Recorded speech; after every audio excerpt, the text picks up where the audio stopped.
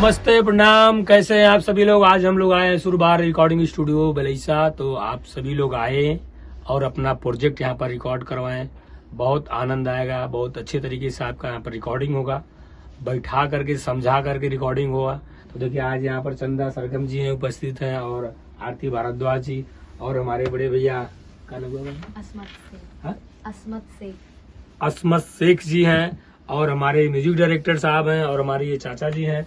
तो तमाम गाना आज रिकॉर्ड हुआ, हम लोग किए हैं, और बहुत जल्द आप सभी को सुनने को मिलेगा ये गाना सुरबहार रिकॉर्डिंग स्टूडियो म्यूजिक पर। अन्य और चैनलों पर गाना मिलेगा, तो आप लोग ज्यादा से ज्यादा बने रहिए चैनल पर, और इसी तरह आते रहिए। अपना प्यार दुलार आशीर्वाद बनाए रखिए। नमस्ते, प्रणाम। मैं गायिका आरती भारद्वाज जिला आजमगढ़ से, और ये बहुत अच्छा गाना रिकॉर्ड हुआ है इसी सुरबहार रिकॉर्डिंग स्टूडियो पर। तो आप सभी लोग ज्यादा से ज्यादा लोग आएं और गाने का रिकॉर्डिंग करवाएं, और ये गाना इसी सुरबहार स्टूडियो से लॉन्च होगा। तो आप लोग सुनिएगा जरूर, लाइक कमेंट करिएगा, शेयर करिएगा, नमस्ते, सपोर्ट करिएगा।